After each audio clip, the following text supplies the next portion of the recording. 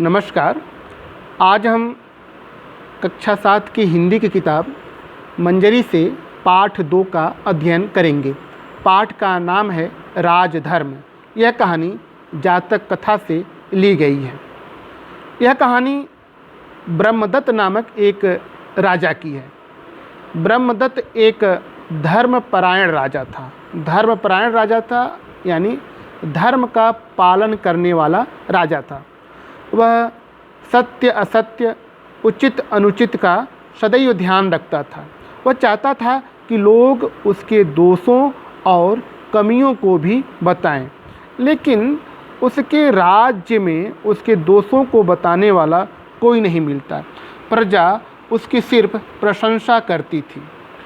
एक दिन वेश बदलकर राजा अपने राज्य में इस उम्मीद से घूमा कि कोई व्यक्ति ज़रूर उसके दोषों को बताएगा।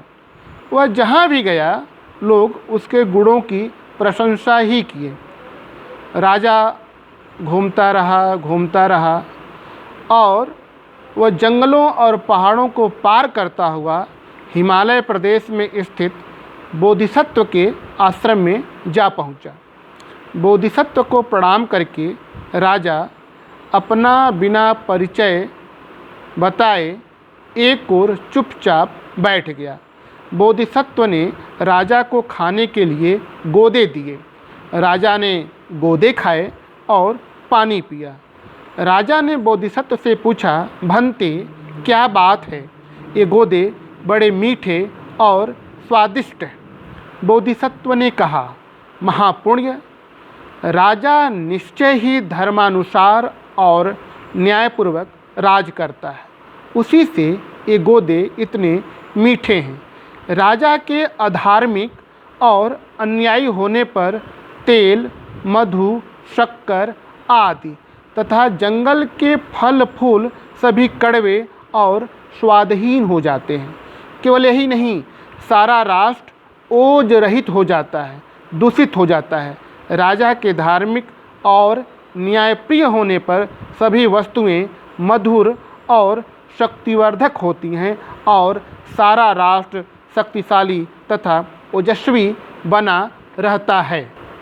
बोधिसत्व के इस कथन पर राजा विश्वास नहीं करता और राजधानी लौट जाता है। वह बोधिसत्व के कथन की परीक्षा लेता है। अतः राजा अधर्म और अन्याय से राज करने लगता है। कुछ समय बीत जाने के बाद वह बोधिसत्व के आश्रम में फिर जाता है। बोधिसत्व ने पुनः पके हुए गोदे दिए। इस बार राजा को गोदे कड़वे लगते हैं। राजा ने गोदे थूक दिए और कहा, भंते ये बड़े कड़वे हैं।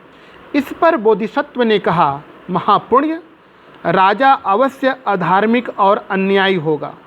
राजा के अधार्मिक और अन्यायी होने पर जंगल के फल फूल तथा सभी वस्तुएं नीरस और कड़वी हो जाती हैं, स्वाद रहित हो जाती हैं। यही नहीं, सारा राष्ट्र ओज रहित हो जाता है। इसके बाद राजा अपनी जिज्ञासा शांत करने के लिए बोधिसत्व से अनेक प्रश्न करता है। बोधिसत्व उसके तमाम प्रश्नों का सम्यक उत्तर देते हैं। बोधिसत्व कहते हैं कि जैसा नेता होगा वैसी ही उसकी प्रजा होगी। यदि राजा धर्म का अनुसरण करता है तो प्रजा भी धर्म के रास्ते पर चलेगी। राजा के धार्मिक होने पर राष्ट्र सुख को प्राप्त करता है। राजा ने बोधिसत्व की बातों को ध्यान से सुना। अब राजा धर्म और न्यायपूर्वक शासन करने लगता है और उसका राज्य फिर धन्य धान्य से भर जाता है। धन्यवाद।